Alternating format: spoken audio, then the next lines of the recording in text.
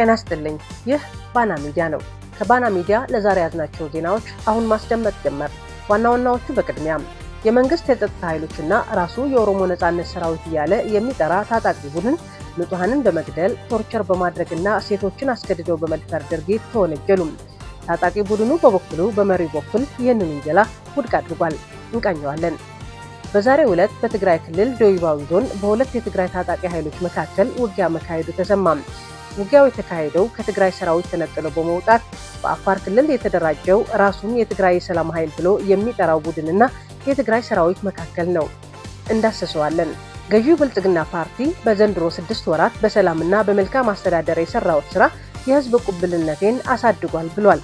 ምንም እንኳን በሀገሪቱ የተለያዩ ክልሎች ግጭትና ጦርነት እየተካሄደ ቢሆንም ፓርቲው ግን ሰላም ሰፍነዋል ማለቱ አነጋጋሪ ሆኗል። እንዳሰሰዋለን። በኦሮሚያ ክልል የመንግስት የጸጥታ ኃይሎችና ራሱን የኦሮሞ ነጻነት ሰራዊት እያለ የሚጠራው ታጣቂ ቡድን ንጹሃን ሰዎች ላይ ግድያ፣ እገታ፣ አስገድዶ መድፈር ወንጀሎች መፈጸማቸው ይፋ ሆነ። በኦሮሚያ ክልል የሚንቀሳቀሰውና በአሸባሪነት የተፈረጀው ራሱን የኦሮሞ ነጻነት ሰራዊት እያለ የሚጠራው ታጣቂ ቡድን በንጹሃን ሰዎች ላይ ግድያ፣ እገታ፣ ሴቶች መድፈርና ቶርች መፈጸሙ ተገልጿል። የተጠቀሱትን ተመሳሳይ ወንጀሎች ታጣቂ ቡድንን የሚፋለሙ የመንግስት የጸጥታ ኃይሎችም ፈጽመውታል ሲል አሶሺየትድ ፕሬስ ዘግቧል። በመንግስትና በታጣቂ ቡድን መካከል የተፈጠረው ከ7 ዓመታት በላይ በሆነው ግጭት በክልሉ የሚኖሩ በርካታ ንጹሃን ሰዎች መገደላቸውን፣ መሰደዳቸውና መታፈናቸው ዘገባው አመላክቷል። ይሁን እንጂ መንግስት ኦነግ ሸኔ እያለ የሚጠራው የኦሮሞ ነጻነት ሰራዊት ይህንን ክስ እንደማይቀበል በጦሩ መሪ ድሪባ ኩምሳ ወይም ጀልመሮ በኩል ገልጿል። ከዓለም አቀፉ የዜና ምንጩ ጋር አጭር ቆይታ ያደረገው ጀልመሮም የኛ ትግል ህዝቡን የሚቃረን አይደለም ሲል ተናግሯል። እኛ የምንታገለው ሀገሪቱን የተቆጣጠረውና እየጨቆነ ያለውን ጨካኝ አገዛዝ ነው በማለትም ስለ ታጣቂ ቡድኑ የትግል ዓላማ አስረድቷል። በህዝብ ፍቃድ የሚመሰረት አካታች ዲሞክራሲያዊ የፖለቲካ ስርዓት ለመፍጠር ኦሮሞን እንደ ዜጋ የሚመለከት ስርዓት እንዲኖር ነው የምንታገለው ሲል ጃልመሮ መናገሩን ዘገባው አመላክቷል። የኦሮሚያ ክልል የተለያዩ አካባቢዎች መንግስትን እየተፋለመ የሚገኘው ቡድኑ ከዚህ ቀደም በሰሜኑ የሀገሪቱ ክፍል በተደረገው ጦርነት ከትግራይ ኃይሎች ጋር በመተባበር ከኢትዮጵያ መንግስት ጋር መዋጋቱ አይዘነጋም። የተባበሩት መንግስታት ምርመራ ታጣቂ ቡድኑ በንጹሃን ላይ ግድያ፣ እገታና የአስገድዶ መድፈር ወንጀሎች ፈጽሟል በማለቱ በዘገባው ተመላክቷል። ቡድኑ ንጹሃን ዜጎች ላይ በተለይ ደግሞ የአማራ ብሔር ተወላጆች ላይ ያነጣጠረ ግድያ በተደጋጋሚ እንደሚፈጽም በመንግስት ውንጀላ ሲቀርብበት ይደመጣል። የመንግስት የጸጥታ ኃይሎችም እንደ ታጣቂ ቡድኑ በተመሳሳይ በኦሮሚያ ክልል በንጹሃን ላይ ግድያ፣ እገታ፣ ቶርች መፈጸምና ሴቶች አስገድዶ በመድፈር ወንጀል መሳተፋቸው አምነስቲ ኢንተርናሽናል መናገሩን ዘገባው አካቷል። መንግስት በሚወስዳቸው የድሮን ጥቃቶች ከህግ አግባብ ውጭ የሆኑ ግድያዎች ይፈጸማሉ ማለታቸውም ተመላክቷል።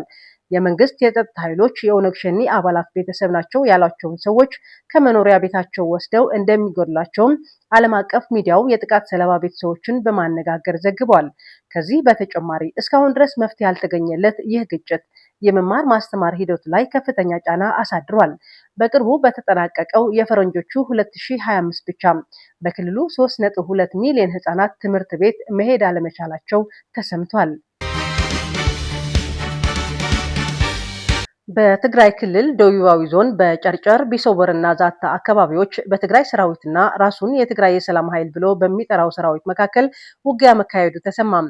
ሰሞኑን ሁለቱም ኃይሎች በወጀራት ሰንዓል አካባቢ ካደረጉት ውጊያ በተጨማሪ ዛሬ ጥቅምት 26 2018 ዓ.ም በጨርጨር ቢሶበርና ዛታ ቀንም ሙሉ ውጊያ ሲያደርጉ ስለመዋላቸው ከአካባቢው ያገኘነው መረጃ ያመላክታል። በፌደራል መንግስት እገዛ በአፋር ክልል የተደራጀው ራሱን የሰላም ኃይል ብሎ የሚጠራው ሰራዊት በሰንዓለ ከትግራይ ሰራዊት ባደረገው ውጊያ ከፌደራል መንግስት የድሮን እገዛ እንደተደረገለት የአካባቢው ምንጮች አረጋግጠውልናል። የፌደራል መንግስት በኦሮሚያና አማራ ክልሎች እንዳደረገው ሁሉ ተጋሩ ከተጋሩ ጋር ደም የማቀባት ፕሮጀክት በመያዝ በአፋር ክልል ሰራዊት እያደራጀና እያስታጠቀ ቆይቶ አሁን ትግራዋይ እርስ በርሱ ማዋጋት ጀምሯል። የትግራይ ክልል ጊዜያዊ አስተዳደር በፌደራል መንግስቱ አዋጅ የተቋቋመ መሆኑን ያነሱት ለዚህ ጽሑፍ ሐሳባቸው ያጋሩት ምሁራን የፌደራል መንግስቱ ጦር አስታጥቆ በጊዜያዊ አስተዳደሩ ላይ ውጊያ መክፈቱ በራሱ አስተዳደር ላይ እየዘመተ እንዳለ ይቆጠራል ብለዋል። ለዚህ ሐሳባቸው የሚያነሱት ምክንያት ደግሞ የጊዜያዊ አስተዳደሩ ፕሬዝዳንት ታደሰ ወረደ ከዚህ ቀደም ለታጣቂዎቹ ያደረጉት የሰላም ጥሪ ነው። በጠቅላይ ሚኒስትሩ የተሾሙት ፕሬዝዳንት ታደሰ ወረደ በአፋር ክልል ሰራዊት ማስታጠቅ አግባብ እንዳልሆነ በመግለጽ በተለያዩ ምክንያቶች በአፋር ክልል የተሰባሰቡ ታጣቂዎች ወደ ክልሉ እንዲመለሱ ጥሪ ማድረጋቸው ይታወሳል። ጠቅላይ ሚኒስትር አብይ አህመድ ራሳቸው የሰላም ኃይል ብለው ለሚጠሩት ኃይሎች የድሮን ሽፋን በመስጠት ራሳቸው ያቋቋሙት ጊዜያዊ አስተዳደር ለማፍረስና በተጋሩ መካከል ዘላቂ ቁርሾ ለመፍጠር የሚያስችል ውጊያ እያደረጉ ናቸው። ይህ ደግሞ ትግራይ ከማተራመስና መንግስት አልባ ከማድረግ ውጪ ክልሉን ሊያረጋጋ አይችልም ብለዋል። በዚህ ምክንያት በርከት ያሉ ነዋሪዎች ውጊያ ከሚደረግባቸው አካባቢዎች መፈናቀላቸው የባና ሚዲያ ምንጮች አረጋግጠዋል። ብልጽግና ፓርቲ ባለፉት 6 ወራት በሰላምና በመልካም አስተዳደር የሰራው ስራ የህዝብ ቅቡልነቴን አሳድጓል ማለቱ አነጋጋሪ ሆኗል። ሀገሪቱ እያስተዳደረ የሚገኘው ብልጽግና ፓርቲ የበጀት ዓመቱን የ6 ወራት የስራ አፈጻጸም ገመገምኩ በማለት ራሱን ያሞካሸ ሪፖርት አቅርቧል። ፓርቲው ከሳምንት በፊት በማዕከላዊ ኢትዮጵያ ክልል ሆሳዕና ከተማ ባደረገው ግምገማ የፓርቲው ምክትል ፕሬዝዳንት አቶ አደም ፋራህ በበጀት ዓመቱ ባለፉት 6 ወራት ፓርቲያቸው ሰላምና ጸጥታን በማስፈን ረገድ በሰራው ስራ በህዝብ ዘንድ ያለውን ቅቡልነት እንዳሳደገው ገልጿል። ምንም እንኳን እሳቸው ይህን ቢሉን በአማራ በትግራይና ኦሮሚያ ክልሎች ግጭቶች አላባሩም። መፈናቀል፣ ጦርነት፣ ስደትና ረሃብ የስርዓቱ መገለጫዎች ሆኗል። በትግራይ ክልል ከ2 ዓመት በፊት የተካሄደው ጦርነት በፕሪቶሪያው ስምምነት የተቋጨ ቢመስልም ከባለፈው ሳምንት በኋላ በድጋሚ አገርሽቷል። ግጭቱ ይህ ዘገባ እስከተጠናቀረበት ሰዓት ድረስ እንዳልተቋጨ ለማወቅ ተችሏል።